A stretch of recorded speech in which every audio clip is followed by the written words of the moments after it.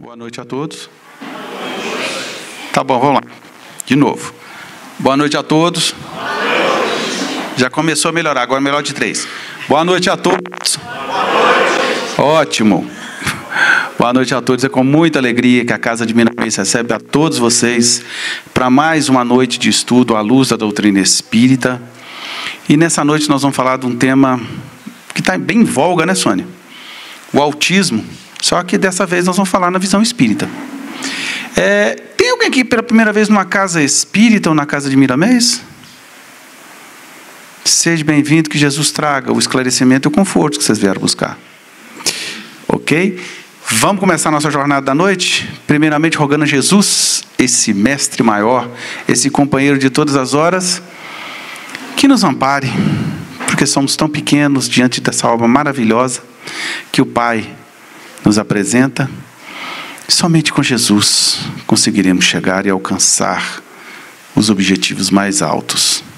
Ó divino Jesus, mestre, amigo, irmão querido de todas as horas, aqui nos encontramos, divino irmão, rogando teu amparo, tua proteção, teu auxílio, Jesus, para a condução desses trabalhos, que possamos ser nós, criaturas ainda tão pequenas e imperfeitas, merecedores dessa bendita dádiva que o esclarecimento traz. Luz da nossa irmã essa noite, para que ela possa tocar os nossos corações e mente com suas palavras, direcionadas segundo a tua vontade, divino Jesus. Fica conosco, mestre, hoje, agora e por todo sempre, e que assim seja. Obrigada, amigo. Eu devo imitá-lo? Boa noite. Ah, muito bom, muito bom.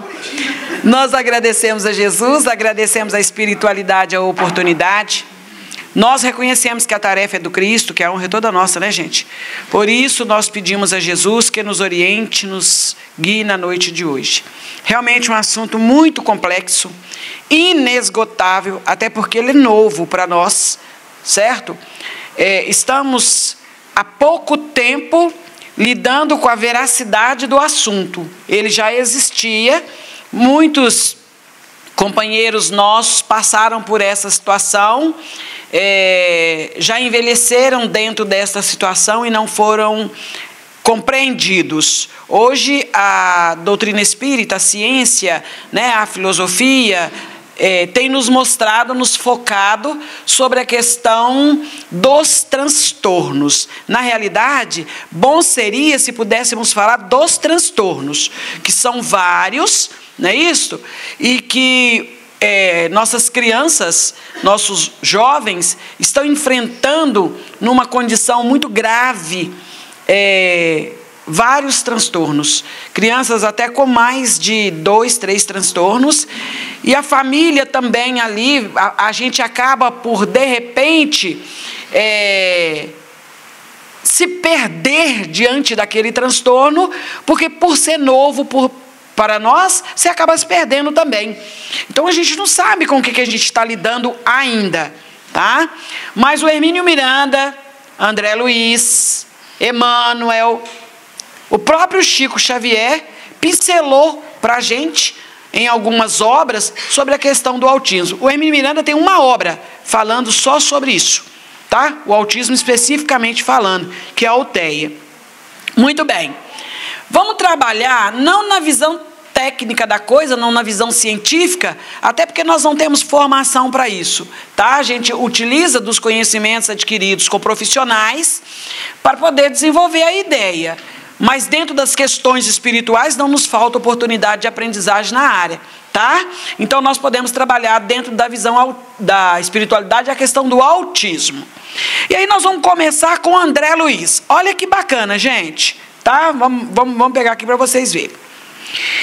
Quando André Luiz, no livro Missionários da Luz, está falando sobre reencarnação, ele vai dizer o seguinte. Olha que interessante, quem não entender pode perguntar, tá? Teríamos grandes dificuldades em explicar aos homens terrestres o fenômeno da adaptação das energias criativas no útero materno, nos processos da reencarnação. Olha que bacana. Tem certeza? Quem já leu Missionários da Luz aqui? Pois é, tenho certeza que você passou por cima dessa informação, não é? A gente não pega na essência esse conteúdo, mas olha que bacana.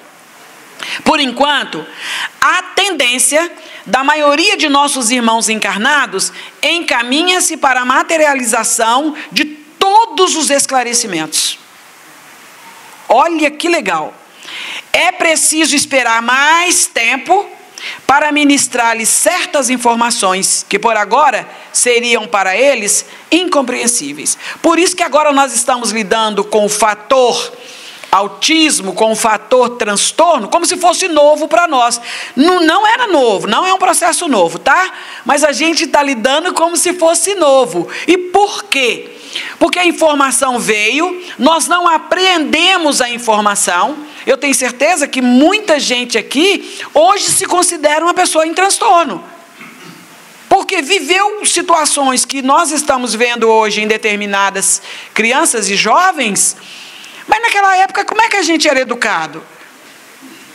Não tinha jeito. Como é que nossos pais iam entender que a gente estava sofrendo, por exemplo, de um transtorno de TEA, de um transtorno de TOD? Como é que eles iam entender isso? Como nós considerávamos uma criatura com transtorno de TOD? Como é que a gente considerava? Quem aqui conhece o transtorno de TOD? Menino sem limite, mal educado, rebelde, não era assim? O meu pai educava muito bem menino rebelde lá em casa. Ele tinha uma cinta, e a cinta era uma excelente educadora.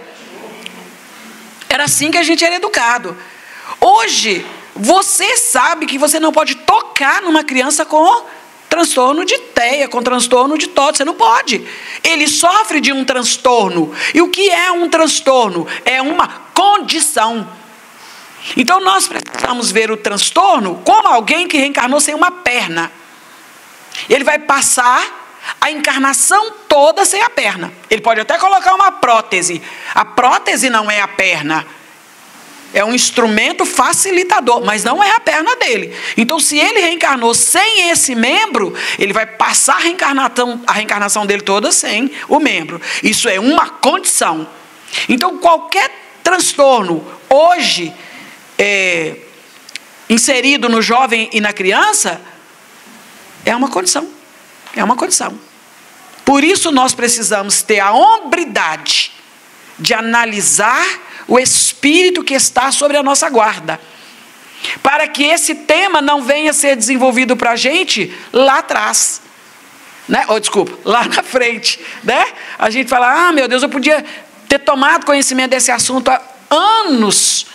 Eu tenho uma filha que ela hoje tem 40 anos e ela a vida inteira sofreu de TDAH. TDAH gravíssimo. Eu só descobri agora porque ela tem uma filha de TEA. Ao fazer o exame e ao detectar que o TEA tem vínculo com a hereditariedade, pronto. Foi fazer o diagnóstico e ela constatou que todas as dificuldades e as limitações que ela desenvolveu faz parte da gravidade do TDAH que ela possui. Perceberam? E a gente não pode fazer nada, porque, por exemplo, como é que eu aprendi a educar? Eu eduquei como minha mãe me educou. Então, às vezes, ela falava comigo, ela vinha falar uma coisa, ela tentava explicar, ela não conseguia, eu falava, cala a boca, Soninha, cala a boca. Não abre a boca, não. Aí, um dia eu falei com ela assim, eu falo com você, você não abre a boca. Mãe, toda vez que eu falo, a senhora manda calar. Eu não sei o que eu faço. Então, ela passou a vida inteira entre o silêncio, sem nenhuma expressão. Só conseguiu formar agora, porque agora ela tem direito à fala, agora ela pode se expressar. Então ela conseguiu formar agora, com 40 anos. Teve dificuldade a vida toda, mas por que isso? Vamos lá? Senão a gente não consegue trabalhar, porque o assunto é grande. Enquanto criança, vamos analisar o fato enquanto criança. Os espíritos só entram na vida corporal para se aperfeiçoarem. Guardem isso, tá? Para se melhorarem. A delicadeza da idade infantil os torna brandos, acessíveis aos conselhos da experiência daqueles que devem fazê-lo progredir. Nesta fase é que se lhes pode reformar os caracteres e reprimir-lhe os maus pendores. Olha que legal. Tal o dever que Deus impôs aos seus pais, missão sagrada que terão de dar conta. Livro Consolador. Então, por exemplo, no Livro dos Espíritos eles perguntam, né? Como é que é o processo da educação da criança. E aí ele responde lá e o Consolador completa aqui. Então ele fala, Deus dá-lhe uma organização débil e frágil para que seus responsáveis possam ali incumbir da educação. Muito bem. Então o espírito, ele não nasce adulto, ele nasce criança. E aí toda a bagagem daquele espírito, ela é segregada para que ele possa angariar valores novos. Assim que é a reencarnação. Todo mundo aqui passou por isso. Né? Quem foi criança aqui? Exatamente. Então todo mundo passou por essa experiência. Mente, eu não vou dizer limpa, tá? No contexto sem nada, porque não existe isso. Mas uma mente limpa no contexto valores atuais, para que ele pudesse, o espírito ali, adquirir valores. Deu? Deu isso? Então o espírito vai aprendendo. Só que o que tem nesse espírito que o faz vir para o mundo físico? O seu passado. Todo espírito tem um passado. Tá? E o nosso passado, ele tem a ver com as nossas atuais tendências, ou as nossas tendências têm a ver com o nosso passado. Tá? Então você vai pegar um espírito rebelde, lá da reencarnação passada, um espírito hostil, um espírito agressivo. Vamos lembrar, por exemplo, o livro Mundo Maior, de André Luiz. Lá aqueles dois espíritos lá se degladiando, lá se odiando e criando um embaraço mental para eles, a ponto de Cipriana ter que vir para acalmar aquelas duas almas. Pega ali aqueles dois espíritos e põe aqueles dois espíritos hoje num corpo físico. Seria um espírito transtornado. O ódio que trespassava naquelas duas almas traria para eles um transtorno. Então, como é que você vê o transtorno hoje? O transtorno hoje é o comportamento passado do espírito. Um espírito criminoso tende a trazer esse crime na consciência. Se ele traz esse crime na consciência, ele traz um transtorno, tá? Um transtorno. Porque antigamente você ficava 400 anos no plano espiritual, 200 anos no plano espiritual. Hoje não. Você não pode ficar esse tempo todo no mundo espiritual. Apesar do mundo espiritual ser a nossa casa de origem, você não fica mais esse tanto de tempo. Porque a Terra em transição pede que você vá e volte rapidinho, faça seu teste para ver se você passou para ficar ou não no mundo de regeneração. Então a gente não fica mais esse tempo todo no mundo espiritual. Rapidamente a gente reencarna. Tá? E essas reencarnações faz o quê? Não dá tempo de você apagar o passado. Porque quando a gente ia para o mundo espiritual e ficava lá, você refazia uma família, construía uma família no mundo espiritual, depois caracterizava ela aqui no mundo físico, né? Assim, criava um processo de aprendizagem no mundo espiritual, aprendia funções no mundo espiritual. Hoje não, hoje você desencarna, tem que rapidamente reencarnar para ver se você vai ficar no mundo de regeneração. Tem muita gente que a gente já pode dar tchauzinho para ele. Não vai ficar, tá? Por quê? Porque o mundo de regeneração requer alguns valores. Por isso essa gama de alma vindo, porque o número de crianças com transtorno está acentuadíssimo, tá? E aí está reencarnando almas extremadamente comprometidas para a experiência do transtorno. Então, ao mesmo tempo que reencarnar com transtorno é positivo, porque a aferição de valores da alma é também uma dificuldade para essa alma. Então é seu passado vindo à tona. Muitos espíritos, principalmente os autistas, estão escondidos no corpo físico, tá? Porque tem tantos adversários que esses adversários não podem encontrá-los. Vocês já perceberam como é os sintomas do autista, né? Ele olha você nos olhos. Quem tem criança autista em casa? Eu tenho 6, se vocês quiserem uma eu dou. Na minha casa tem 6. Eles não olham a gente nos olhos, eles não só erguem a cabeça, né? Eles não levantam a cabeça, eles só andam assim. Por quê? Né? Em razão de não ser reconhecido. Inconscientemente eles trazem isso na alma. Então ele está dizendo isso aí. Quem é que vai produzir o processo de educação desses espíritos? Aqueles que estão sobre a responsabilidade de fazê-los progredir. Eles vêm com a mente virgem e é meu trabalho fazer isso. Eu vou fazer a condução. Muitos pais não estão querendo aceitar. A gente tem vários pais que nas casas espíritas têm falado, não é assim também não. A gente tem que ter muito cuidado, porque agora tudo é autismo, tudo é sim, tudo é autismo sim. Porque o planeta está vivendo este momento. Então, se você notou que você tem em casa uma criança com transtorno, você sabe que você tem igualmente um problema seríssimo em casa. Tá? São crianças que os espíritos desencarnados, eu estou falando à luz da doutrina espírita, tá? Estão ali assediando aquela alma, quando os reconhece.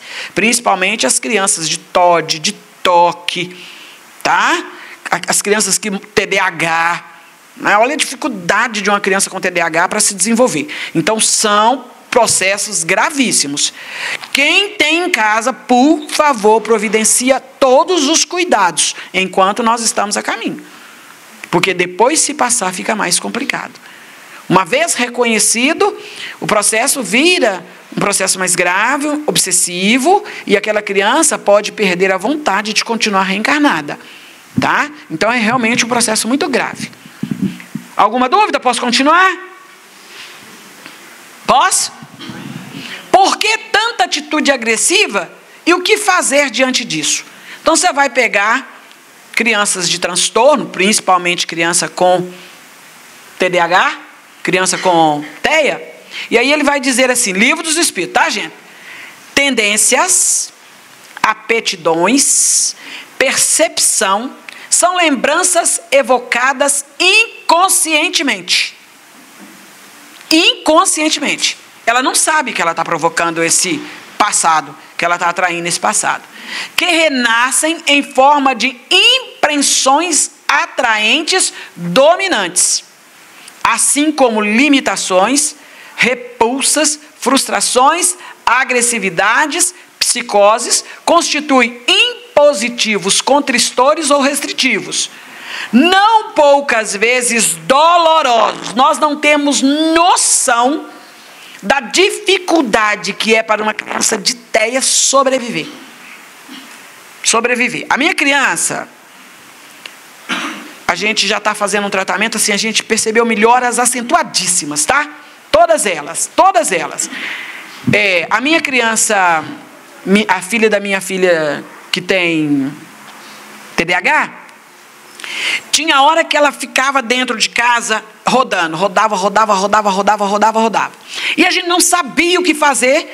Quando parava ela não sabia onde ela estava, porque eles não sabem onde estão, tá? E aí nos tratamentos a gente foi percebendo que aquela criança, ela se sente como se ela estivesse dentro de uma caixa fechada. Ela não tem noção da reencarnação. Ela não sabe que está reencarnada. Ela não sabe. Tá? Ela não é como nós, que percebemos o físico, o ambiente, o espaço e o tempo. Ela não sabe disso. Eu vou perguntar de novo. Quem tem criança com TEA aqui? Ninguém? Você tem alunos. Ela não sabe que está reencarnada. Ela não sabe. É como se ela estivesse presa dentro de uma caixa fechada, tá? E ela não sabe o que fazer para sair dali. Ela não tem força para sair dali, ela não tem mecanismo, ela não tem inteligência para sair dali, ela não tem meios. Então ela se fecha. Então o sofrimento é muito grande. Porque quando ela perde a noção do tempo, ela precisa se reajustar no tempo. Então a minha neta ficava correndo dentro de casa. Ela pegava uma correria e ia correndo. E a gente tinha que deixar ela correr. Quando ela cansava, ela pegava a cabeça. Eu comprei um sofá, desse sofá grande. Ela fez um buraco no sofá. Enfiava a cabeça dentro do buraco. Era a única forma que ela tinha para poder reativar o cérebro. Aí ela ficava 1 hora com a cabeça dentro do buraco do sofá, para ela conseguir se reencontrar. Aí 1 hora depois ela saía, zonza, aí ela sabia que ela estava dentro de casa. Aí a gente ia ordenando ela. Eu tenho o meu neto hoje ele tem 2 aninhos, 2 anos e meio, ele esmurrava a mãe. Ele dava soco na mãe, soco mesmo. A mãe machucava o rosto. Quando ela falava alguma coisa com ele, ele fechava a mão e ele dava soco no rosto dela. E a gente ali contornando a situação. A minha filha, ela ficou tão frustrada com a gestação, que a gente observava como se ela tivesse tomado uma certa raiva do filho. Entendeu? Né? Dando origem àquela tese de que a mãe era... o problema era da mãe, né? Que a mãe odiava o filho, né? Que a mãe, gestação de ódio. Então, ela fazia isso. O tratamento foi acontecendo, ele foi acalmando, ele não falava nada. E aí ela conheceu um rapaz, e esse rapaz se apaixonou pelo menino. E cuida do menino com o maior carinho. Ele cuida do menino como se ele fosse o pai. Dedicação total à criança. E aí um dia nós estávamos sentados lá na nossa casa, o menino virou para ela e falou, nós estávamos conversando, ele olhou para ele e falou assim, papai. Ela falou, ah, desgraça, eu que apanhei, eu que sofri. E ele fala, pai. Ele chamou o rapaz de pai. E ele mesmo, ele trata o menino como se fosse pai, como se ele fosse o pai do menino. Maior carinho. Ele reconheceu, depois de quase 2 anos, ele reconheceu uma figura que ele pudesse confiar. Então vocês imaginam o sofrimento desse espírito, sem confiar em ninguém. Eu ali aplicava um passe nele, ele dava tapa no passe. Era muito complicado. Muito complicado. Agora, com o tratamento que eles estão recebendo, passe, evangelização infanto-juvenil, sem evangelização, impossível cuidar de uma criança dessa. Não aventurem. Professora, cuidado. Onde você achar um campo, oriente a família, levar para o catecismo, levar para o culto evangélico, levar para a casa espírita, para a evangelização infanto-juvenil, para que o espírito encontre aquele mentor que possa assegurar a reencarnação dele. Normalmente eles não conseguem sobreviver. Sozinhos não. Tudo bem? Deu? Aí ele fala isso aqui, né? Então ele vai trazendo a lembrança, e cada vez que você reage com ele, a tendência é buscar o passado agressivo e jogar para frente. Então ele vai jogando. Por isso que lares que têm crianças com transtornos precisam do Cristo. Precisam atrair a presença de Jesus. Porque Jesus é um pacificador e ele consegue dar a esse espírito uma estabilidade. Tá? O assunto é grande, viu, gente?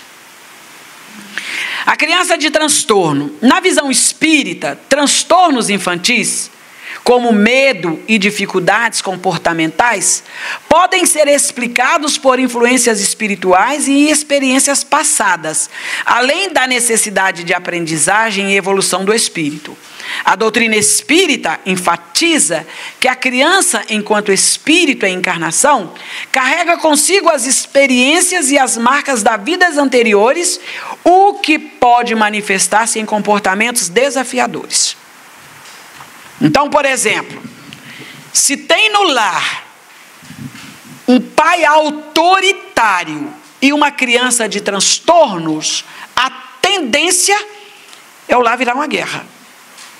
Antes da gente ter a experiência com as crianças que estão na nossa casa hoje, meus netos, eu fui chamada a Teoflotone porque um pai, ele reagiu com o filho. E na reação, o filho agrediu o pai. 8 anos de idade, ele agrediu o pai. E aí aquilo deu um pânico, né? no nosso meio espírita, porque era um lar até então equilibrado. O menino estava fazendo tratamento, e aí houve esse processo. E aí a gente fez um trabalho lá em Teófilo Otoni, bem duradouro, sobre o autismo, e aí parece que o Papai do Céu gostou, porque ele mandou 6 para nós, né? Ele deve ter gostado da técnica, né? Mas ele está dizendo aqui exatamente isso, né? Esse espírito, ele tem comportamentos, expressões físicas que vão mostrar esse comportamento de transtorno dele, tá? Então não tem nada de... Às vezes a gente olha de imediato, a nossa ignorância é muito grande, principalmente quando a gente não tem acesso à reencarnação, a essa informação, e aí você acredita que aquilo é falta de educação dos pais. Eu tenho visto, eu trabalho essa área, eu estou desenvolvendo essa área, nós estamos fazendo um trabalho junto com Pedro Leopoldo, junto com Teófilo Otoni, nós estamos fazendo um trabalho junto com Santa Luzia, só sobre a área do autismo e trabalhando a questão da família. Porque se a família não estiver envolvida com o assunto, a família não vai entender que isso é uma dificuldade do planeta. Tá? É um momento do planeta. Então precisamos que a família se interaja com a casa espírita, que os evangelizadores atraiam a família para a casa espírita, que a própria casa espírita atraia a família, para que os pais possam tomar conhecimento do assunto e saber como lidar com essa criança. Porque tem que saber. Tem que saber. Eu estava na casa espírita, lá na Sagrada Família, fazendo uma palestra sobre autismo. E aí uma criança começou a correr no pátio do centro. Aí a evangelizadora chegou tentando segurar ele começou a morder a evangelizadora, chutar a evangelizadora. Eles não gostam que pegam neles, né? Ou eles são muito afetivos, ou eles são muito hostis. E aí, de repente, ele veio, e eu estava falando, ele veio e pegou o microfone. Na hora que ele pegou o microfone, eu tenho um tom de voz muito alto. Quem me conhece aqui sabe que eu nem uso isso, eu nem sei porque que eu estou usando isso aqui. Meu tom de voz é muito alto. E aí eu desliguei o microfone e passei para ele. Quando eu passei, o presidente da casa levantou e falou assim: não pode não, filho. Eu falei: pode sim, pode deixar a criança, sabe por quê? Esse é o momento que ele se sentiu acolhido. Ao ficar aqui, ele está se sentindo muito mais seguro aqui conosco do que se ele estivesse lá na salinha de evangelização dele. Então, o que se entende quando se tem na casa espírita criança com transtornos TEA, TDAH, TOD e vários outros transtornos? A casa espírita tem que entender, os participantes da casa espírita têm que entender esta criança e ajustar essa criança ao meio em que ela está. Normalmente ela não confia em ninguém, ela confia na mãe dela, no pai dela, e pouco. Então, você põe ela na sala de evangelização distante da mãe. A evangelização aqui é mais embaixo, né? Se ela acorda que ela está longe do pai, ela entra em crise lá embaixo. E aí o que precisa? Mostrar para ela onde está a mãe, onde está o pai. Nossa evangelização lá na nossa casa espírita é solta. Eu tenho na minha casa espírita umas 18 crianças com transtorno. Tá? E aí a gente faz a evangelização solta. Tem as crianças que vão para a sala e elas ficam soltas lá, andando lá. E a gente fazendo a evangelização, andando atrás delas, falando sobre Jesus, um gráficozinho na mão, tá? E a gente mostra, um espelhinho na mão da outra evangelizadora. Cada uma leva um instrumento para que a gente possa andar na casa espírita fazendo a evangelização. Às vezes a gente tem aquela dificuldade de entrar no salão, porque a criança entrou no salão. Ela está solta, ela entra no salão, a gente entra no salão, todo mundo já conhece, a gente já sabe que é assim, ninguém se incomoda. E aí a gente, com muito carinho, vai tirando ela ali calmamente, né? Mostrando um desenho, mostrando uma tarefa, mostrando um lápis, mostrando um espelho, mostrando alguma coisa que ela possa se ver. E aí ela vai saindo conosco devagarinho. Agora chegou o nosso momento de entender estas crianças que estão chegando na casa espírita. A tendência é aumentar. Eu não sei se vocês têm aqui, mas a tendência é ir só aumentando. Todos os centros espíritas têm criança de transtornos. Tá? E vocês têm aqui? E nós não podemos criar, né, nenhum embaraço para elas. Nenhum. Inclusive jovens. Eu tenho na minha casa, dos 18, eu devo ter uns 7 que são jovens. Tá? E que a gente modela a evangelização para fazer chegar no coraçãozinho deles. Eu tenho criança que às vezes, para entrar no centro, é a maior dificuldade. Eu tenho gravado na minha mente uma experiência que eu vivi, e hoje isso me serve de documento moral. Alguns anos atrás, eu fui educada por um companheiro chamado Honório de Abreu. Quem conhece o Honório aqui? Quem já ouviu falar dele? Então, eu fui educada pelo seu Honório. Também? Quem falou também? Isso, seu Honório de Abreu. E uma vez nós recebemos lá no Grupo Emmanuel uma criança, e a criança era o seguinte: ela saía de casa muito bem, ela saía de casa tranquilamente. Quando ela chegava na porta do Grupo Emmanuel, ela só entrava se carregasse ela. Porque ela esperneava, ela gritava. Ninguém sabia na época de transtorno, não. A gente não tinha noção de transtorno, não. E ela gritava, e ela fazia. Seu Honório tranquilo, não se incomodava. E aí a gente colocava a criança dentro da sala de evangelização, e essa criança gritava a evangelização toda, e batia nas outras crianças, e a gente falava, meu Deus do céu, o que fazer? Que demônio, né? Na nossa cabeça era falta de educação dos pais. E os pais naquele sofrimento, a mãe chorava o tempo todo de evangelização. Aí, quando chegou um dia, essa criança chegou no centro. Na hora que ela entrou no portão, que ela começou a gritar, o seu Honório foi lá no portão. Prestem atenção como lidar com uma criança em transtorno, tá? O seu Honório foi lá no portão. Quando o seu Honório chegou no portão, o seu Honório falou com ele assim, como é que você chama? Aí ele falou o nome dele. Aí o seu Honório falou com ele assim, porque crianças de transtorno são crianças muito inteligentes, tá?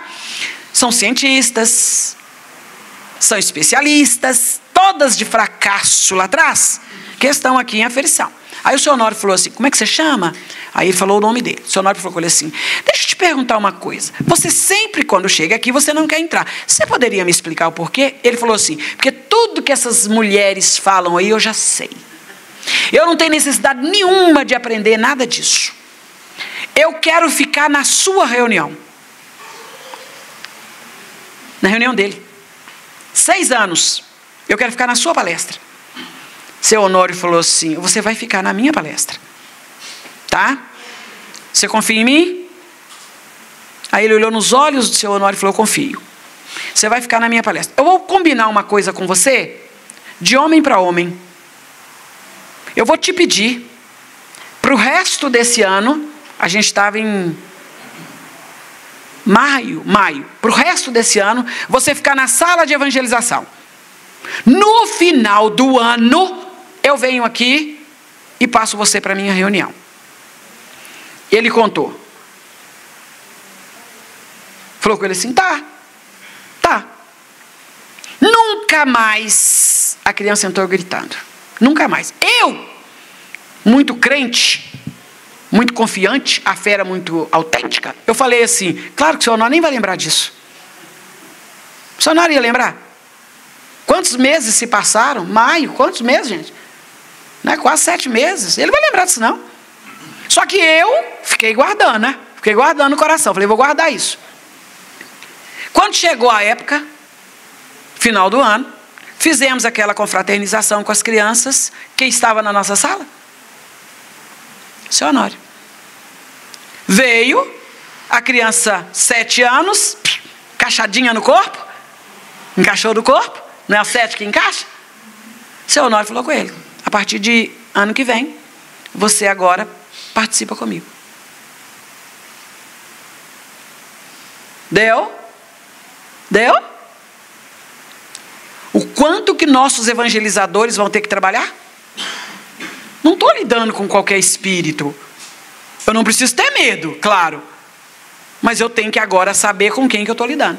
Por isso a doutrina espírita está aqui esclarecendo como é este espírito. Para que eu possa lidar com ele. Eu não estou lidando com uma criança qualquer. Eu estou lidando com uma criança inteligente, com uma criança sagaz, né? Com uma criança com complexo de corrupção, trazendo marcas na alma gravíssimas. e que para lidar com ela, eu vou ter que usar a minha inteligência emocional. Senão não consigo não. E pais também. Como é que um pai consegue ter paz com uma criança de transtorno em casa? As professoras não estão aguentando. Outro dia eu vi um depoimento de uma professora, as professoras estão morrendo, um negócio assim, sabe? E aí na hora eu olhei assim e falei, meu Deus, que drama. Mas é verdade, se você pensar bem, você pega uma criança, né? O governo pega a criança, põe lá na sala como inclusão. Mas às vezes você fica sem conteúdo. Você fica sem recurso. A gente não tem problema lá na nossa casa porque eu não saio da escola. Eu estou na escola o tempo todo. Qualquer coisa eu estou lá. Minha neta hoje tem professora de reforço. Ela tem uma professora só com ela. Por isso que ela consegue estudar. Mas ela estava dentro da sala de aula, ela e meu outro neto, os dois têm a mesma idade. De repente ela levantava e ia lá para fora. Ia sair. Aí a professora falava, onde é que você vai? Lá fora. Fazer o quê? Não sei. Não pode sair não. Pode sim. E sair. Eles não conseguem ficar muito tempo no mesmo lugar. Pode falar, querida. Nós precisamos tomar cuidado, pais. A rejeição. Muito. Nós temos experiência de família que rejeita a condição do filho. Aí a avó entra, né, tentando minimizar, mas não tem o conhecimento. Precisa-se ter conhecimento. Mas, olha que bacana, nós vamos ter que fazer esse trabalho. Porque tecnicamente falando, cientificamente falando, você tem muitos processos para chegar ao transtorno, tá? Tem muitos processos. Espiritualmente não. Então, se a gente conseguir, dentro da instituição espírita, nortear esses pais, vai ser muito bom. O que o culto no lar não faz? O que é água fluida? Não, mas eu estou dizendo assim, se você norteia, você dá a estes pais o entendimento, porque eles começam a ter recursos. Por exemplo, eu sempre achei o passe muito importante. Eu sempre achei, mas nunca tão importante quanto agora. Nunca tão importante quanto agora. Então eu levo meus meninos toda quarta-feira, hoje eles estão na casa espírita, onde eu frequento, para tomar passes. Tá? Só para o passe. Assiste a evangelização e vai para o passe. Toda quarta-feira. Todo sábado de manhã vai tomar passe. E eles já se adaptaram ao passe. Vocês não têm ideia de como o passe acalmou as crianças. Como é que parece que ele deu uma regulada na criança. Claro, tem tratamento, tem remédio controlado, tem tudo. Tem as terapias. Mas eu tenho certeza que se o mecanismo do passe da água fluida e da oração, tá? Não fosse uma sistemática na nossa casa, a gente não ia conseguir, não. 6 crianças de transtorno, a gente não ia conseguir, não. Não ia, não. Perceberam? Então, principalmente a oração. Quando um pai começa a rejeitar o filho, é hora da prece. Até porque, em inúmeros casos, são adversários. Jesus fala lá no evangelho dele, e os inimigos do homem serão seus familiares. Então, de repente, quem está dentro de casa são adversários. Lá vai embora o relógio. Característica dos transtornos observadas no lar. Como é que eu sei? Por que é importante a prece? Por que é importante o culto? Por que é importante a água fluida? Por que é importante o passe? Por que é importante... Olha o que nós fizemos tem 8 meses, que nós começamos a colocar palestras à noite em casa. Então eu fiz uma ligação na minha casa e coloquei som. Nós dormimos a noite inteira com palestras no lar. Palestras. A noite inteira. Centro espírita não tem? Centro Espírita não é assim? Qualquer um de vocês que dormir à noite e vier para o Centro Espírita vai encontrar aqui o quê? Trabalho, palestra. Não é isso? Qualquer um. Então, eu falei com a minha filha assim, meus netos estavam acordando à noite, demais. Moram todos comigo. Eles estavam acordando. E quando eles acordavam, cada um acordava num processo. Um acordava gritando, porque encontra os adversários, né, gente? Então, o adversário ataca. Porque está escondido no corpo físico. Saiu do corpo, está escondido, mas não. Então, na hora que dormia, o espírito vinha e os reconhecia. Então, nós começamos a colocar a palestra. Meu Deus! Que delícia! Que delícia! Tem hora que a gente está passando, Divaldo está falando. Eu adoro Divaldo. Aí Divaldo está lá falando, fazendo as palestras. Não tem muita palestra mesmo. Chico Xavier está lá, eu ponho lá o debate do Chico lá, como é que chama? O Pinga Fogo. Fica lá o dia inteiro. Pronto. E os meninos acostumam com o espiritual. E não é fanatismo não, tá, gente? Pode ficar super tranquilo, não é fanatismo. Os meninos acostumam com o espiritual. Eu só tenho criança autista. Eu não tenho outro processo para lidar. Se você coloca um filme, eles não gostam de barulho. Se der um tiro no filme, daí a pouco eles estão loucos dentro de casa. Minha casa não pode ter luminosidade intensa. A luz é pouca. Barulho não pode ter. Quando eu vou mexer qualquer coisa na casa, tem que sair de casa, tem que tirar os meninos, porque se uma furadeira dentro de casa, os meninos entram em crise. A única coisa que eu consegui foi a paz espiritual. Então eu coloco lá uma maravilha, uma maravilha. Eu nunca fiz um trem tão bom na minha vida.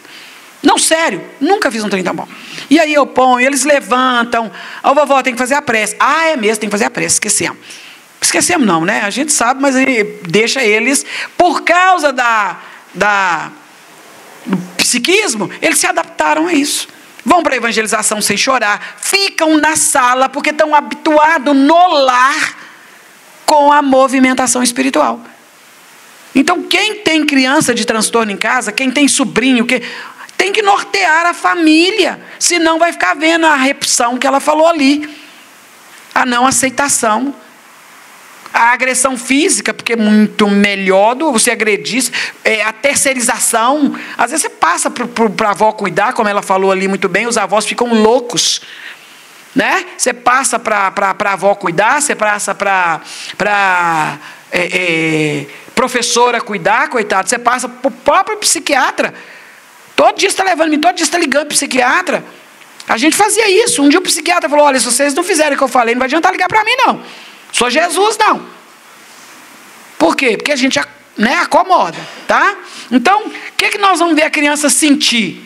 Medo escuro, medo de ficar sozinho dentro de casa, medo de sombra, medo de tudo. Solidão. Minha neta, ela tem solidão. Ela tem solidão, ela não conversa com ninguém, ela não fala com ninguém, ela não tem amizade. Ela, onde ela vai, ela cria dificuldade para os outros. Os meninos não gostam dela.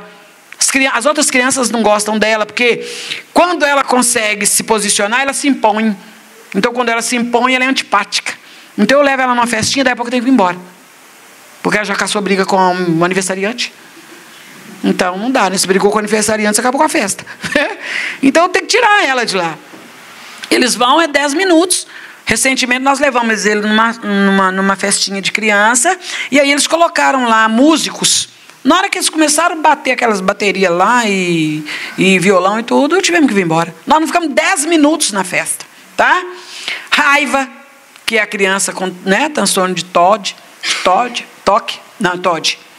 Mentiras, são crianças que têm que se virar para viver. Então, mentem muito.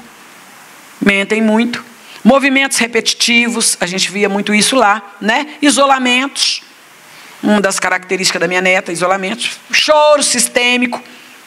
Chorava de noite, chora de dia, chora à toa, né? Cai, o choro, a minha neta às vezes caía do parquinho, a gente vinha correndo, já vinha com pano, já vinha com trem, porque pensava que tinha morrido. Porque vinha gritando de lá e nem era nada, né? E a gente descobriu agora, por exemplo, que ela não sente dor. Tá? Então, por exemplo, ela machuca, ela grita pelo hábito, né? Pelo dificuldade. Hã? Mas eu não queria falar instinto, não. É aquilo que eles fazem, esqueci o nome. Tem um nome. Eles fazem. Vou lembrar. Até no final do estudo eu lembro. Hã? Por falta de regulação. Mas ela não sente dor. Ela caiu da escada, bateu a cabeça e abriu um corte na cabeça. Sentada lá assistindo televisão com a cabeça pingando sangue. Não sente. Aí o médico falou que a sensibilidade dela é pouca. Então vocês imaginam como lida. Pode falar. Qual foi a orientação do psiquiatra? Não, a gente... Tem que fazer o que eu estou falando, senão você não... A orientação são as terapias. Tem as terapias, por exemplo, ela é muito inteligente, ela tem muita habilidade, Então ela toca piano, entendeu? Ela toca violão, ela faz tudo. A gente tem até que parar ela, porque senão ela passa dos limites dela. Ela chega no lugar, tem lá um teclado, tem um violão, ela toca. Chega lá e toca. Né? Aí ele pediu para fazer os tratamentos, porque os tratamentos é o regulador. Né? Roer unhas, né? Dificuldade de expressão. Não conversa, franqueza expressiva. Minha neta, ela chegou no supermercado, tinha um senhor lá sem braço. Aí ela falou assim: ô vovó, por que esse homem não tem braço? Eu falei: ai meu Deus do céu, né? Porque tudo que vê fala. Aí eu falei: pergunta para ele. Pergunta para ele. Ele viu o meu constrangimento. Aí ela falou assim: por que você não tem braço? Ele falou: porque eu desrespeitei minha avó, desobedeci minha avó. Eu falei: ô papai do céu bom, né? Aí ela: nunca vou desobedecer minha avó, porque é muito feio sem braço. Hiperatividade e insônia. Meus netos ficavam até 3, 4 horas da madrugada sem dormir. E todo mundo acordado. Ninguém podia dormir não, tá? Todo mundo acordado. Então a gente dormia de dias, quando podia, revezava o sono. Transtornos e a reencarnação. A reencarnação acontece de maneira compulsória. Prestem atenção nisso, tá? O espírito reencarna mesmo que não deseje retornar à Terra. Digamos que a entidade espiritual, movida por motivações que só ela pode explicar, decida com firme determinação não mais reencarnar, mas de repente se veja ante a contingência incontornável de fazê-lo. Então não tem. Por exemplo, eu fui lá, reencarnei, escolhi meu corpo, tá? Olhei isso aqui, estava lá bonitinho, eu falei: eu quero aquele ali, ó. O plano espiritual falou: arruma outro. Eu falei: não, aquele bonitinho, não é arrumadinho? Ué, vocês estão rindo porque não acharam, não? Ué, entendi vocês não. Esses aqui não podem escolher, tá? Quando assustam já estão reencarnados, não tem escolha.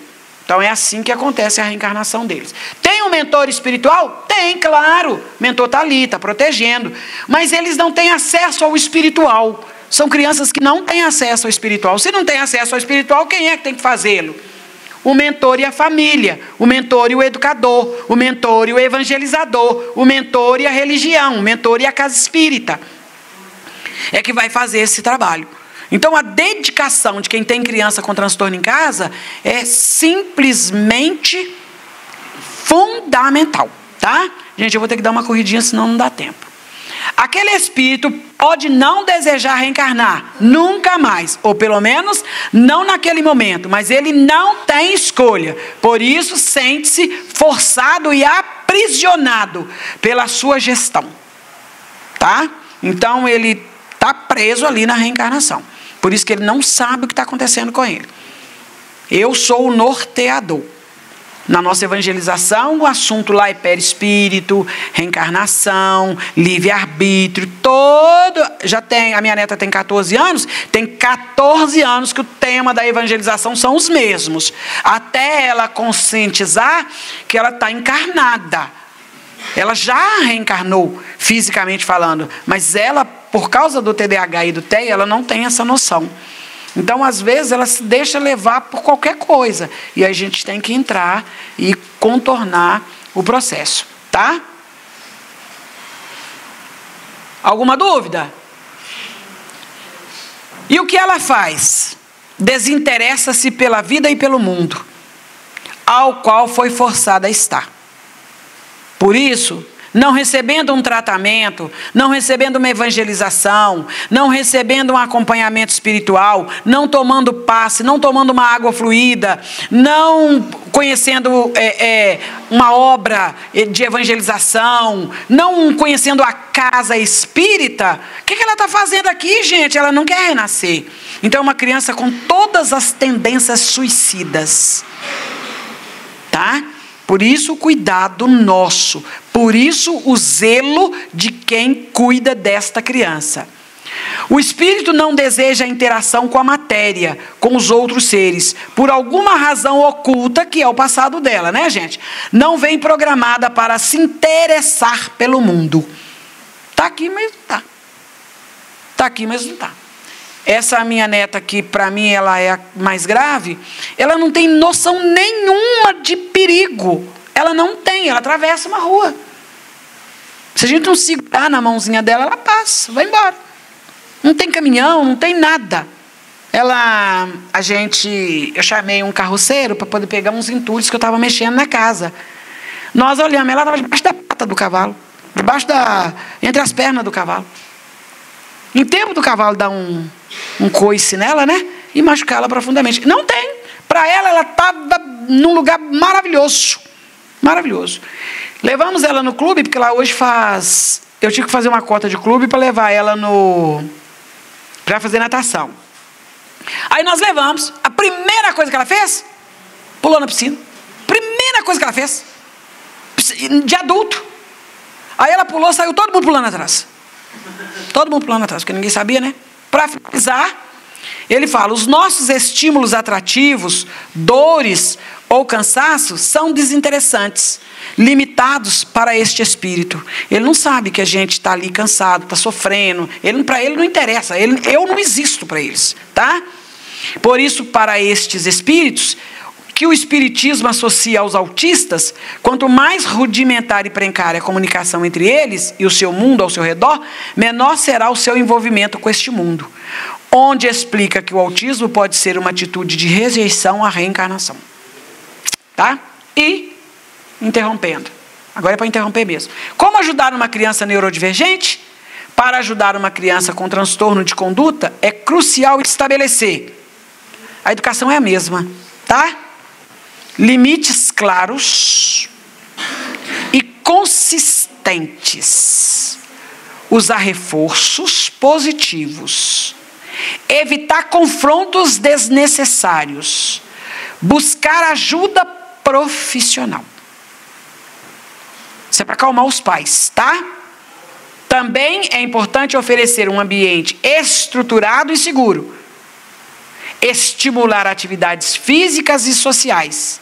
E ensinar a criança a lidar com as suas emoções e com as suas frustrações. Imprescindível. Tem mais ali, tá? Mas nós só vamos até aqui, que o nosso tempo é esse, né? Vamos agradecer a Jesus. Eu sei que deixei muita dúvida, muita confusão, mas aí vocês vão procurar com certeza, né? Oi. Então vamos embora. Então vamos embora. Espera aí que eu tenho aqui uma coisa que seria importante, tá? É isso aqui, ó. O importante papel da mãe. Por que é importante dizer isso? Porque a maternidade... Eu vou usar um termo aqui. Tem psicólogo aqui dentro? Nenhuma? Me desculpa. Eu vou usar um termo aqui que vai parecer pueril, mas para entendimento, tá? A suposta cura do transtorno está na mãe. Segundo André Luiz, a mãe é o mata-borrão do espírito. Quando no período de gestação, ela divide esse transtorno com o filho.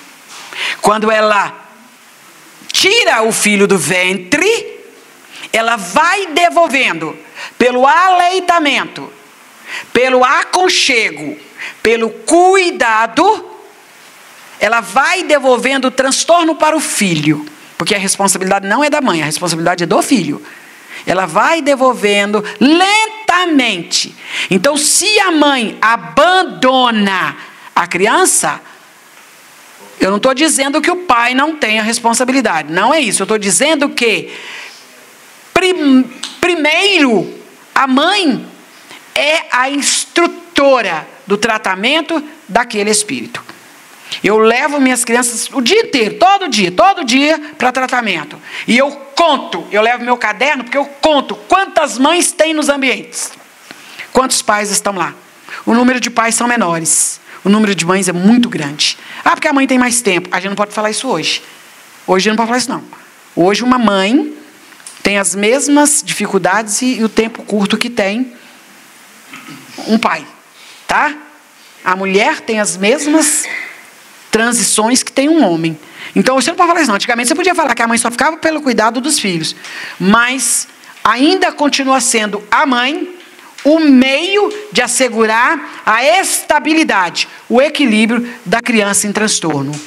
O importante papel da mãe na vida da criança. Toda criança é um mundo espiritual em construção ou reconstrução, solicitando material digno a fim de consolidar-se. Não existe criança nenhuma só que não solicite amor, principalmente o materno, e auxílio, educação e entendimento. André Luiz. Agora sim, gratidão a vocês, gratidão a Jesus pela oportunidade, a espiritualidade querida, tá? Desculpe os exemplos pessoais, mas é só porque a gente lida na área, né? Então, vira uma referência para a gente. No mais, agradecer a vocês pela oportunidade. Valeu, amigos.